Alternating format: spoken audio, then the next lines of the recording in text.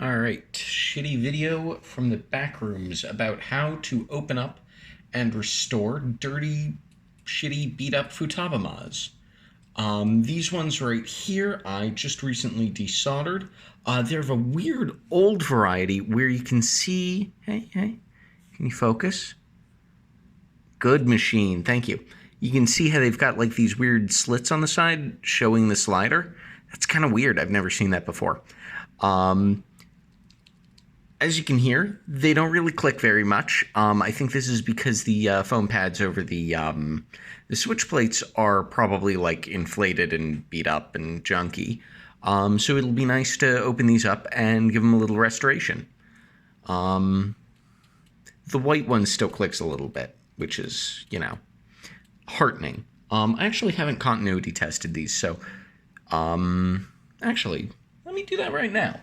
Let's give them a little continuity test, see how kerfuckled they are before we chop into them.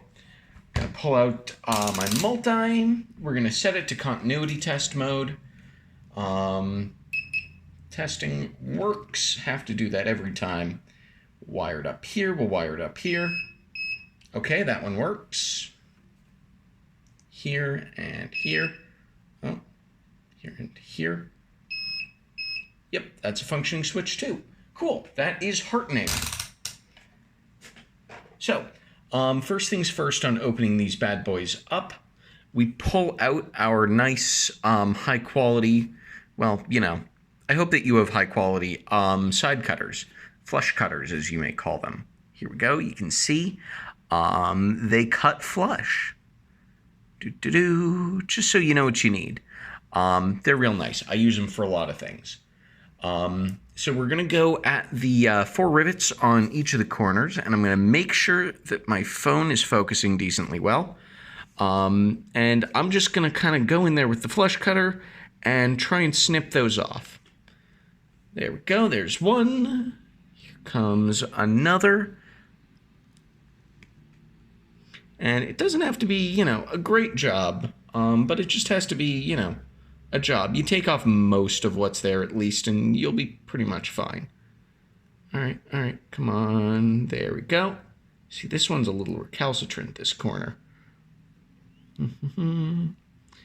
But, that's most of it. Feels pretty good. And then our last one, this is, nice, easy one.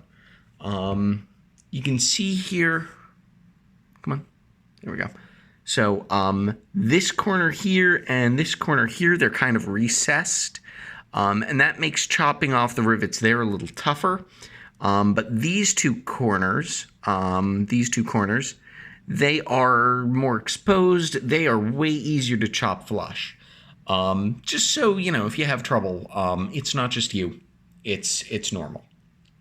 All right, so now that we've got the corner rivets off, we're just going to hold it by the top housing, which is, it's most of what we're holding. You can see it's got the plate latching parts here, plate latching, there you go. So we hold it on the parts on where there's no plate latching, and that gives us a good grip of the top housing. We press in on the slider, and we kind of just push. We don't push all the way, but we push until we can see a gap. You can see there is a gap through there. Oh, isn't that beautiful? Now we go in with our nice pointy tweezers. I use Watchmaker's number 4, but really any kind of nice pointy tweezers will do you good. And pointy tweezers, that's something that you should have. If you're a keyboard person, I really do recommend them. I would say that they are my most used tool for keyboard restoration. Or really keyboard work in general. Not even restorations, pulling switches out, anything, you name it.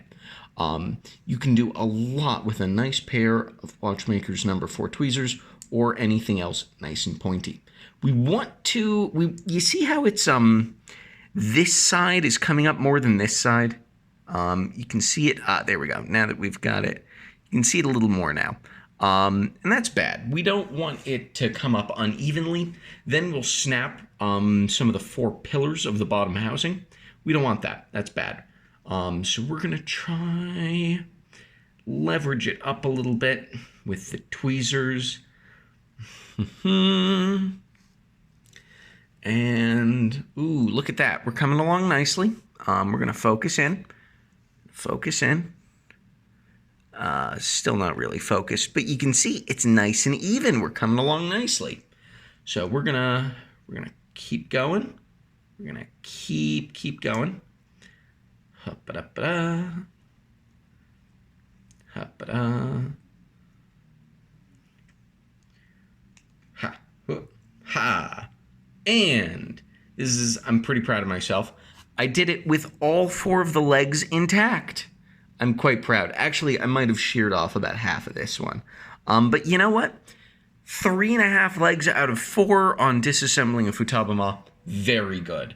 If you can keep 2 intact, you've done well. You need 2.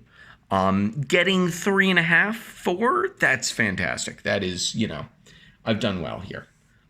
So let's take this bad boy apart. You can see the plate spring has come out. Ooh, this is interesting. You can see how it's got like the black thing on the top of the plate spring. That's pretty normal, although it doesn't normally have like the arms sticking out to the side. That's new. I guess there's a lot of variants of Futaba MA internally. Yes, I will be calling it Futaba MA and not Futaba MA. I hope you picked up on that. I'm an awful human being. Fight me. You can see the top housing. That's weird with the holes. I've never seen that either. And of course, here we have our slider. Isn't she beautiful? And you should be safe to wax spoil the top and the bottom, or the top and the slider. The bottom contains the switch plate assembly, so you don't wanna fuck with that. Let's get a nice good focus here, and we're gonna show off. This is a little. No, I can't really show that for shit. Okay. You're just gonna have to take my word on it, then, that it feels like the rubber mat here. Focus. If I had more light, this would be better. I need to get more light for my desk. You can see the 2 plastic rivets here, and they are holding in the foam mat. And that foam mat is good for force dissipation. It sort of helps hold the whole assembly together. It's very nice. If you pull it off, you have to replace it with a few layers of paper towel. But you can see here, well, you can't see here. You just have to take my word for it. It seems a little bit sort of pushed up. It seems a little inflated. That's a thing that can happen. It's not the end of the world. And if it does happen, you just got to rip off the foam mat and replace it with like some paper towel. So we're going to see if that's like a problem, or if that's just like whatever. So I'm going to reassemble. Oh, that's interesting. The slider is asymmetrical. Maybe you guys noticed that and I didn't. You can see it's got this little nubbin here. And it doesn't have that nubbin on this side. Very curious. Very curious. So, nubbin, and no nubbin, Interesting. Hope that's interesting to you as well. So we're going to reassemble this switch. Slider goes in, spring goes in, plate spring goes in as well. You want the little like nipple part facing down, and then you just line up. You see how the slider goes in, where it's got like the arms off to either side. The plate spring arms go off to the opposite sides. And those just like latch. They don't really latch, but like they fit in there a little bit and kind of mush it, and it gets held. Ooh, I'm going to show off just a little bit here. We're going to hold in those like sides where it's held in. We're going to hold those in, and we're going to push the slider until the plate spring inverts. Come on, buddy. Oh, no, not having it. Come on. Boop, boop, boop. Boop, boop. Okay, it doesn't want to let me show off here. I'll try it again anyway, because fuck it, I'm not watching this video.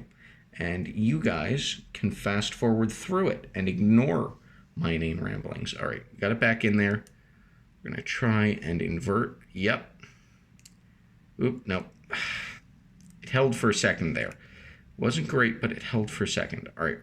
Third time is the charm.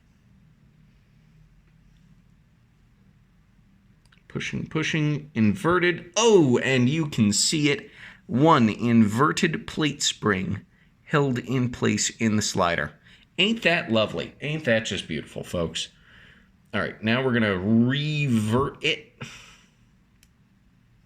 And we are going to put this bottom housing back in place. It's like rotationally symmetrical. It can do 180, but it can't do 90 degrees. So it's got like two working configurations. I'm going to take a little bit off of one of those posts so that it'll go in nicely.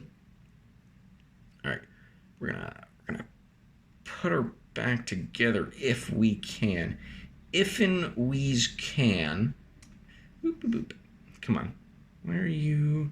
You look... It's just a little marred up from my chopping, so it doesn't want to go in quite right. Ha! There we go. Oh, yeah, I'm getting no... Wow, there's no click there. Yeah, that hasn't improved. Okay, so I definitely need to take this bad boy... Oh, I am going to definitely need to replace the foam on this one to get a good click. You can't hear shit. There's nothing going on there. But you can see, if I hold it by the top housing, I can play with it to my heart's content and it won't really fall apart.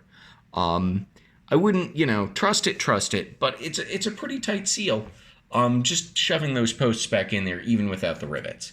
In a future video, I hope to show off stuffing some wax in there to really hold it better, without like super gluing it together. But this will do for now. So we're gonna take this apart again. Oip, oip, oip. Taking you apart. Come on, bud. You can do it. Yeah.